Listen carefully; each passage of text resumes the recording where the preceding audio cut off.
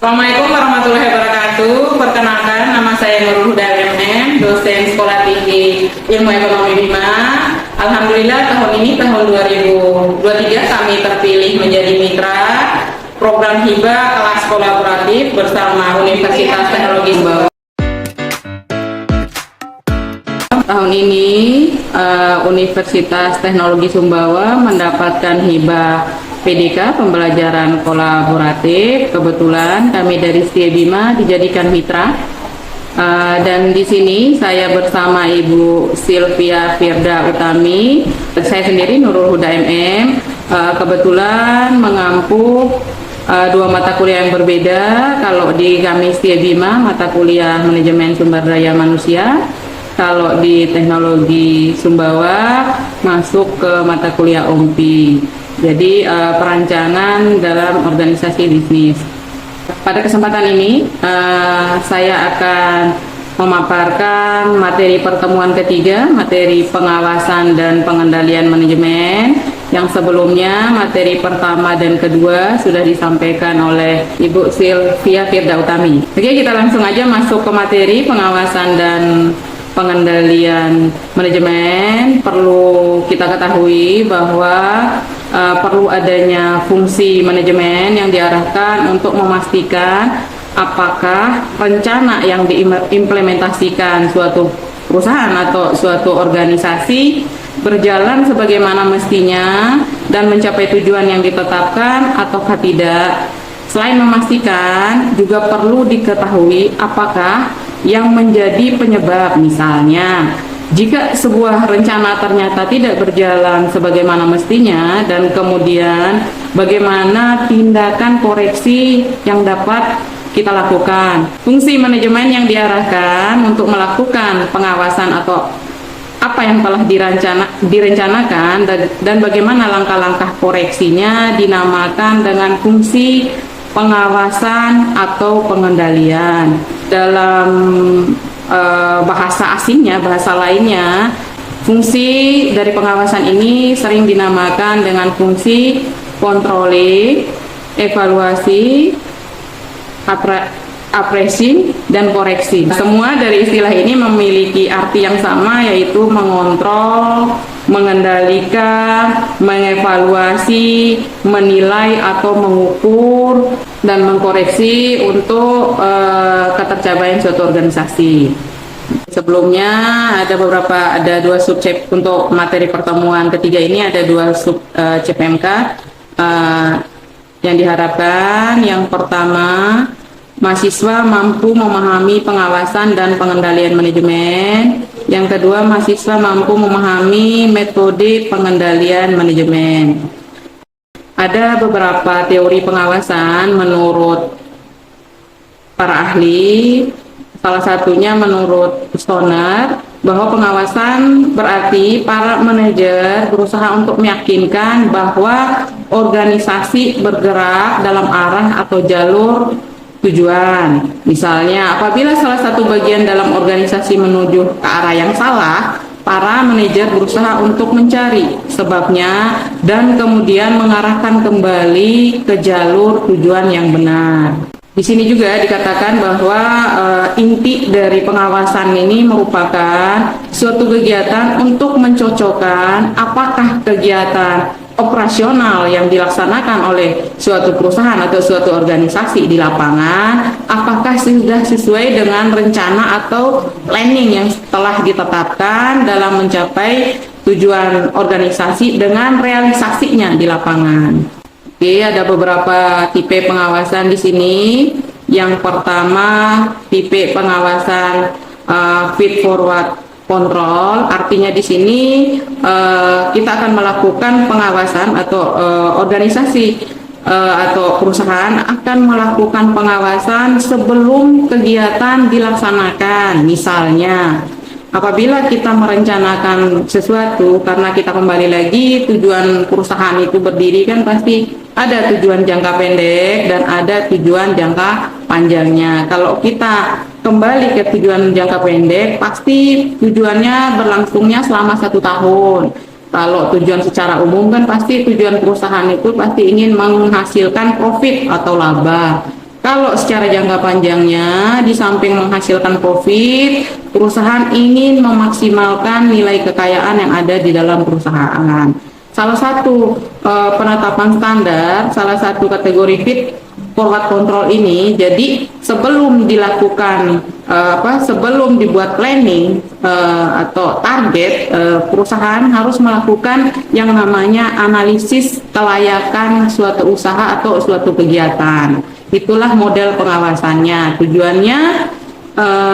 Tujuan dilakukan analisis kelayakan supaya nanti harapan kedepannya untuk meminimalisir kegagalan-kegagalan yang terjadi karena sudah dilakukan analisis kelayakan suatu usaha, suatu kegiatan, apapun yang akan dilakukan oleh suatu organisasi. Oke, kita masuk ke tipe pengawasan kedua. Kita masuk ke tipe corporate control. Artinya pengawasan ini dilaksanakan pada saat kegiatan sedang berlangsung atau sudah dilaksanakan. Misalnya tadi perusahaan punya tujuan jangka pendek, berlangsungnya selama 1 tahun. Jadi setelah dilaksanakan kegiatan, misalnya tadi targetnya 1 tahun, misalnya perusahaan akan memproduksi produk. Setelah dilakukan produksi, misalnya membutuhkan biaya, saya contohkan misalnya perusahaan akan memproduksi 100 unit produk, membutuhkan biaya 100 juta misalnya. Tapi pada saat realisasi pelaksanaan, perusahaan sudah memproduksi produk membutuhkan biaya 100 juta, namun realisasinya biaya tersebut meningkat menjadi 130 juta. Di situ sudah terlihat bahwa setelah dilakukan pengawasan bahwa terjadinya kelebihan anggaran di situ. Itulah butuhnya feedback tadi, butuhnya pengawasan tadi untuk mengetahui ternyata apa yang sudah ditargetkan di awal tidak sesuai dengan realisasi. Makanya butuh pengawasan di situ sehingga adanya feedback nanti, adanya evaluasi yang dilakukan oleh perusahaan bahwa kedepannya diusahakan misalnya kalau targetnya sudah misalnya untuk memproduksi produk 100 unit produk membutuhkan biaya 100 juta, ya harus sesuai dengan target, bahkan lebih bagus lagi di bawah targetnya, misalnya bisa biayanya 90 juta, itu lebih bagus lagi. Itu kalau kita masuk ke tipe yang kedua. Tipe yang ketiga masuk ke tipe feedback control. Jadi pengawasan ini, di feedback control ini pengawasan yang dilakukan setelah semua kegiatan sudah dilaksanakan, baik itu contohnya misalnya produksi, pemasaran, dan lain-lainnya, operasional, dan semuanya sudah dilaksanakan. Kita akan melakukan feedback secara keseluruhan.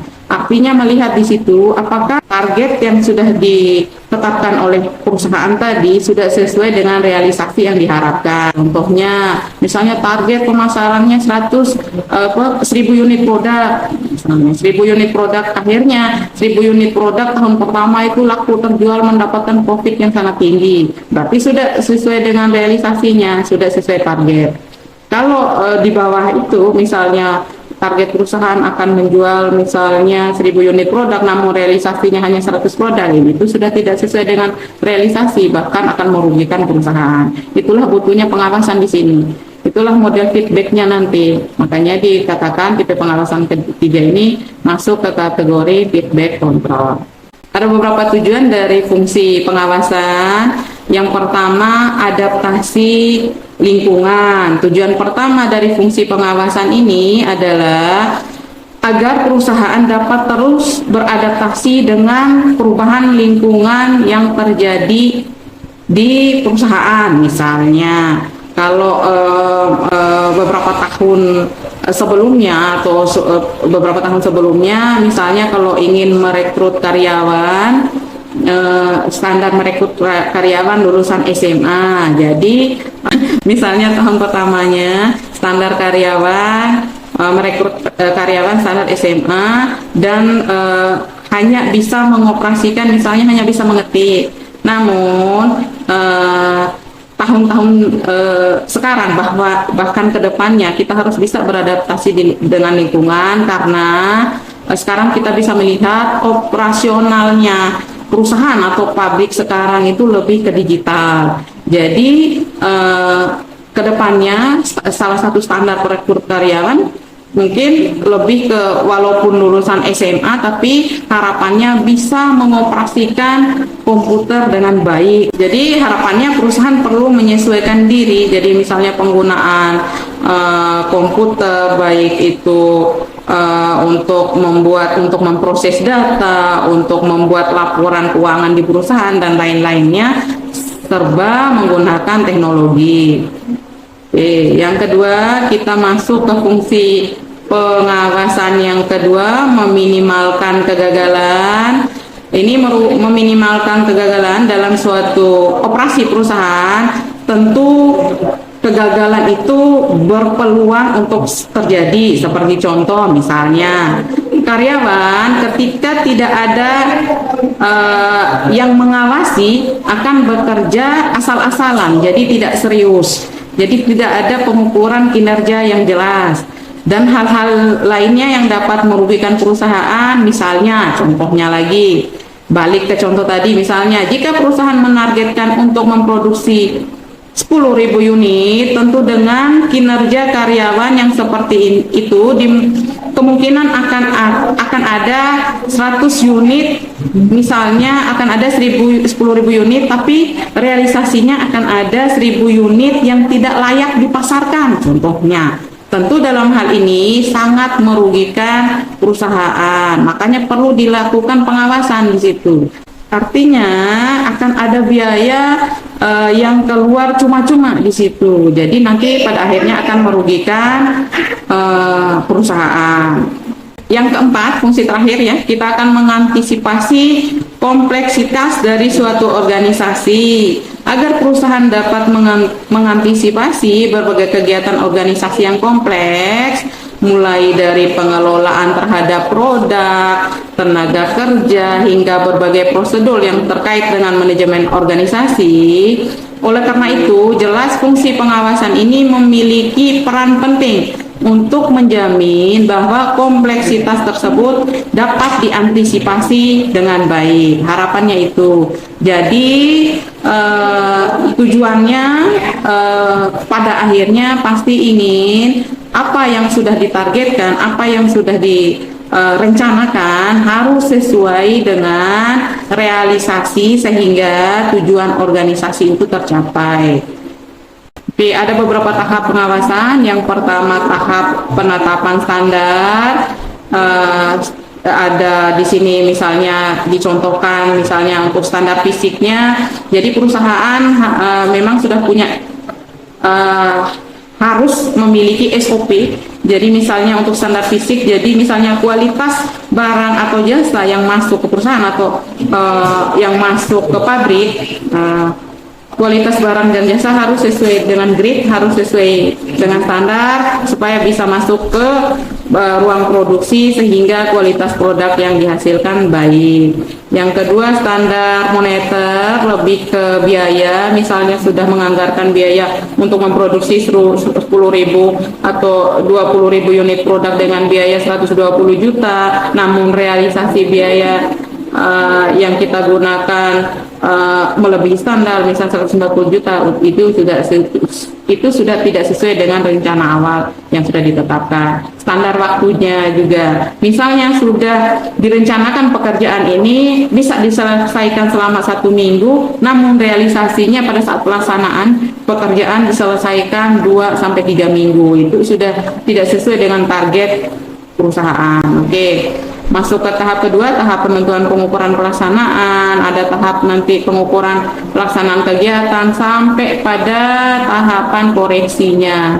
Bagaimana apakah target yang sudah atau planning yang sudah direncanakan sesuai dengan realisasi yang sudah dilaksanakan. Kalau tidak sesuai, bagaimana model bentuk feedbacknya. Kalau sesuai, apa yang perlu ditingkatkan ke depannya. Itulah tujuan dari tahapan-tahapan pengawasan. Oke, kita masuk ke bidang-bidang pengawasan strategik. Masuk ke pengawasan yang paling penting, pengawasan transaksi keuangan. Itu sangat penting di suatu perusahaan karena di sini kita akan melihat bagaimana kinerja suatu perusahaan itu berjalan secara efektif maupun efisien. Apakah perusahaan tersebut sudah mendapatkan profit sesuai dengan yang diharapkan atau tidak. Makanya di sini ada dicontohkan, kita akan melihat model pengawasannya. Auditor nanti misalnya yang melakukan pengawasannya bisa melihat dari analisa laporan keuangan suatu perusahaan. Analisa laporan keuangan suatu perusahaan ini tujuannya untuk mengukur kinerja keuangan suatu perusahaan, apakah mendapatkan keuntungan, apakah perusahaan itu rugi. Contohnya, kita akan menggunakan, akan melihat keuntungan suatu perusahaan. Bisa kita gunakan analisis, misalnya profitabilitas. Misalnya. Oke, kita mau melihat kerugiannya, bisa kita gunakan analisis likuiditas. Jadi makanya di sini butuhkan analisa laporan keuangan. Jadi auditor atau yang mengawasi nanti akan melihat dari segi laporan keuangan perusahaan. Di laba rugi juga sudah tercermin supaya kita bisa melihat keuntungan atau perusahaan itu untung atau rugi. Misalnya di pos intinya laporan laba rugi itu ada dua, ada pendapatan dan ada beban. Jadi kalau pendapatan lebih tinggi dibandingkan beban, maka perusahaan itu untung. Sebaliknya, kalau kita lihat laporan laba rugi yang pendapatannya kok rendah dibandingkan beban yang kita keluarkan, berarti perusahaan itu rugi. Makanya di sini diperlukan analisa laporan keuangan. Begitupun juga dengan manajemen kasnya sama. Ada juga pengelolaan biayanya. Jadi harapannya untuk pengelolaan biaya ini, karena di sini kan kita bisa melihat pos yang dikeluarkan untuk memproduksi 100 unit produk sudah sesuai enggak dengan realisasinya. Kalau tidak sesuai dengan realisasi, maka akan dibutuhkan tindakan koreksi nanti ke depannya. Oke, yang kedua, bidang pengawasan strategi. Kita masuk ke bagaimana hubungan manajer dengan bawahannya. Karena kalau organisasi itu akan bisa mencapai strategi organisasi itu akan bisa maju dan mencapai akan bisa maju kalau ada harmonisasi kedua hubungan. Jadi diharapkan adanya harmonis antara hubungan atasan dengan bawahan. Jangan sampai ada hubungan yang satu arah. Kalau hanya misalnya tidak adanya harmonisasi hubungan atasan dengan bawahan, maka perusahaan itu tidak akan bisa berjalan dengan efektif dan efisien. Jadi memang hubungan tim kerja yang solid itu sangat kuat dan sangat dibutuhkan sehingga perusahaan itu bisa mencapai tujuan yang diharapkan. Oke, yang ketiga, operasi-operasi produktif. Oke, di sini ada beberapa alat bantu pengawasan manajerial. Ada manajemen pengecualian, manajemen informasi sistem, nanti ini bisa kita diskusikan. Ada analisis rasio tadi, ada penganggaran. Kenapa di sini penganggaran perusahaan sangat diperlukan? Karena kalau kita berbicara anggaran itu kan ada yang dinamakan anggaran bahan baku, ada anggaran overhead pabrik, ada anggaran penjualan. Jadi di situ semua, apakah sudah sesuai enggak? Anggaran misalnya anggaran penjualannya sekian yang sudah disusun, tapi kok pada saat pelaksanaan tidak sesuai dengan realisasi. Makanya di situ diperlukan pengawasan. Kalau tidak sesuai, ada apa nih? Apa yang terjadi di perusahaan ini? Makanya perlu dilakukan koreksi untuk perbaikan ke depannya. Di sini juga ada beberapa karakteristik pengawasan efektif, ada akurat, tepat waktu, harapannya ya objektif, terpusat, realistik secara ekonomi, secara organisasi, terkoordinasi, fleksibel, bersifat sebagai petunjuk, diterima para anggota organisasi. Oke, kita masuk ke pengendalian. Tadi sudah kita bahas pengawasan. Jadi pengendalian di sini lebih ditekankan pada suatu proses pemantauan prestasi dan pengambilan tindakan untuk menjamin hasil yang diharapkan oleh perusahaan. Jadi ada beberapa langkah proses pengendalian menurut Mokler. Yang pertama, penetapan standar semua. Kalau kita melakukan proses pengendaliannya, kita tetapkan dulu standarnya sudah ditetapkan dan metode untuk pengukuran prestasi sudah kita tetapkan. Jadi langkah ini akan mencakup standar ukuran untuk segala hal, sudah ditetapkan standar, sudah ditetapkan dengan metode. Langsung kita masuk ke tahap kedua, kita akan melakukan pengukuran prestasi. Langkah ini langkah kedua yang dilakukan setelah penetapan standar dan penggunaan metode untuk mengukur prestasi. Baru setelah itu kita akan membandingkan hasil-hasil yang sudah kita ukur dengan target atau standar yang sudah ditetapkan sebelumnya. Setelah itu baru kita bisa mengambil tindakan perbaikan. Jadi kita bisa menginformasikan ke perusahaan bagaimana feedbacknya, bagaimana model perbaikan ke depannya supaya perusahaan ini bisa berjalan dengan efektif dan efisien sehingga bisa mencapai tujuan yang diharapkan. Oke, ada beberapa faktor yang menciptakan kebutuhan pengendalian. Ada perubahan, ada kerumitan, ada delegasi. Misalnya dari segi perubahan, merupakan bagian yang tidak dapat dipisahkan dalam lingkungan organisasi manapun melalui fungsi pengendalian, manajer mendeteksi perubahan yang mempengaruhi produk dan jasa perusahaan, kemudian dalam mengambil tindakan untuk mengatasi ancaman dan memanfaatkan peluang yang muncul akibat perubahan tersebut. Yang kedua, kerumitan yang menambah sifat kompleks organisasi zaman sekarang. Misalnya, desentralisasi dapat mempermudah usaha pengendalian organisasi karena operasi organisasi tidak perlu lagi dikontrol oleh kantor pusat. Yang berkaitan dengan kesalahan-kesalahan tidak dapat dipungkiri sebagai anggota suatu organisasi juga dapat membuat beberapa kesalahan. Jadi sekarang sudah menggunakan sistem. Dengan sistem pengendalian memungkinkan manajer untuk mendeteksi kesalahan-kesalahan sebelum kesalahan itu menjadi gawat atau yang sangat-sangat riskan. Oke, yang ketiga, delegasi. Hal ini merupakan salah satu cara manajer untuk menentukan apakah bawahannya melaksanakan tugas yang didelegasikan kepadanya dengan menerapkan sistem pengendalian. Ada beberapa elemen-elemen sistem pengendalian, ada pelacak, ada penaksir, ada efektor, yang terakhir ada jaringan komunikasi. Oke, jenis-jenis metode pengendalian, ada pengendalian pratindakan, pengendalian kemudi, pengendalian penyaringan, pengendalian purna tindakan. Kalau kita berbicara karakteristik pengendalian efektif, ada akurat, tepat waktu, objektif, komprehensif, terpusat pada titik-titik pengendalian strategi, realistis secara ekonomi, realistis secara organisasi.